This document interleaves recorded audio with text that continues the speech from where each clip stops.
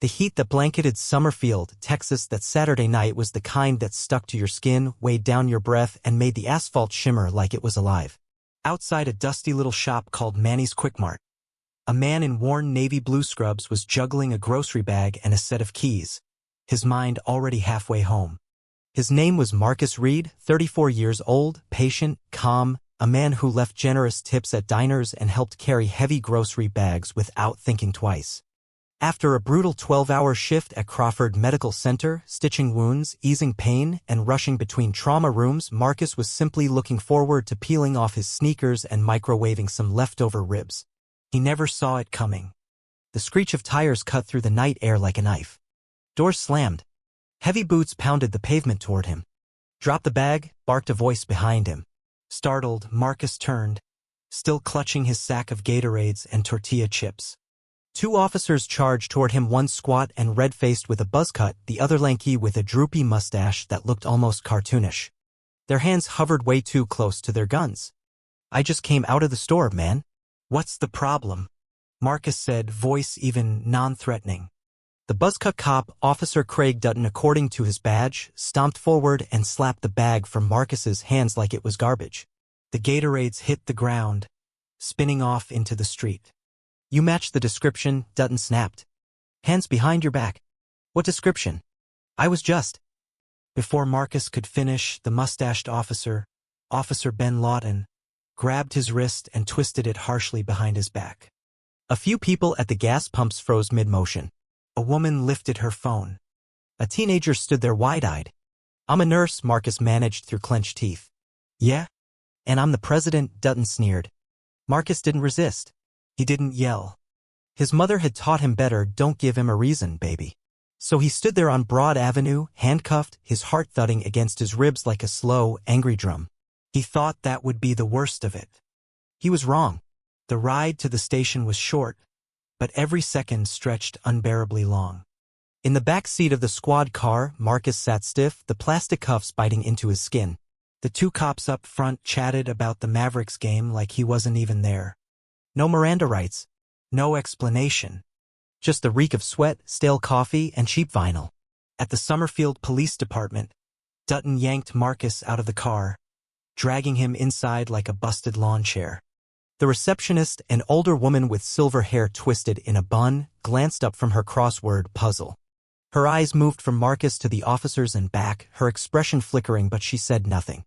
"Booking for shoplifting suspect," Lawton grunted, slapping a clipboard onto the counter. The woman buzzed them through. "No rights read. No paperwork shown." They shoved Marcus into a small concrete cell with a steel bench bolted to the floor.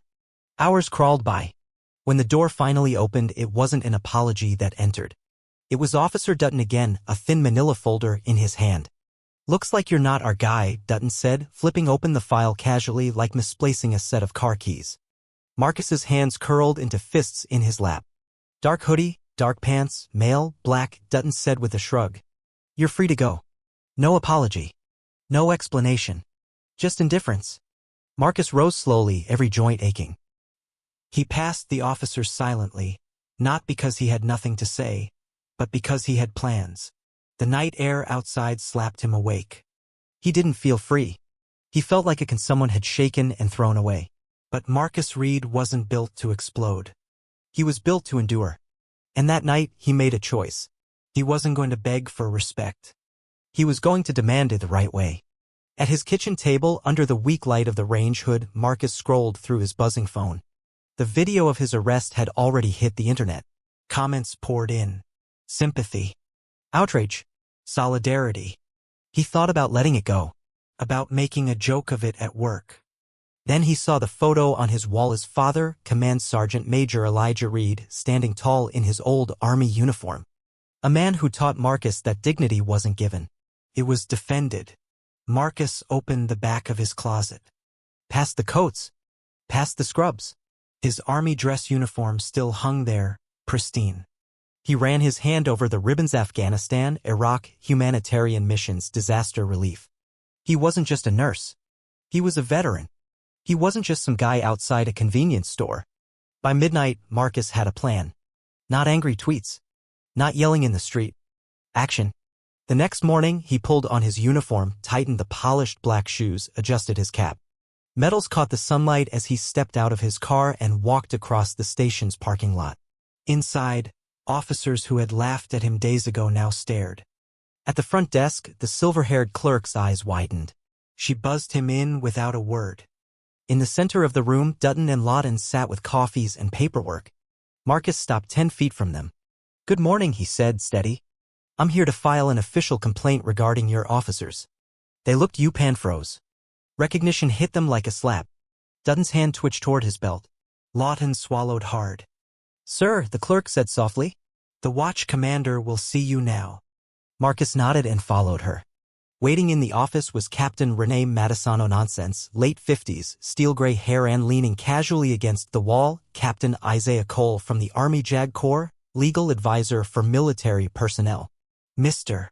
Reed," Madison said gravely, "thank you for coming."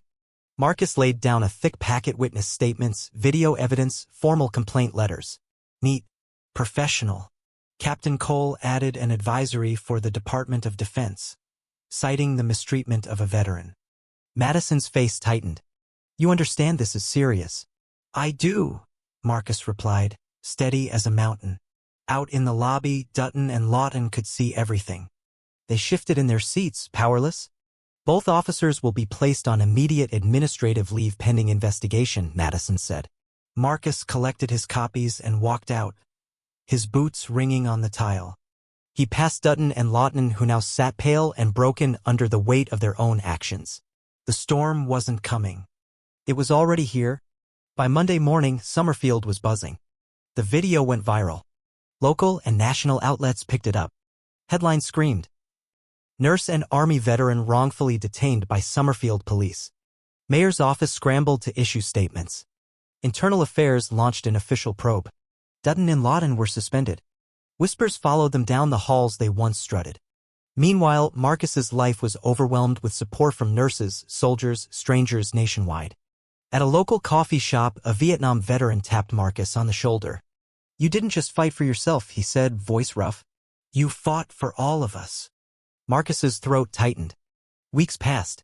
The investigation revealed Dutton and Lawton had prior complaints buried until now. Within 2 months, both were fired. Civil suits rolled in, not just from Marcus, but from others emboldened by his stand. Marcus returned to Crawford Medical Center, head high. Patients and staff didn't just see a nurse anymore. They saw a man who refused to be broken. He didn't brag. He didn't grandstand. He visited local high schools on Veterans Day.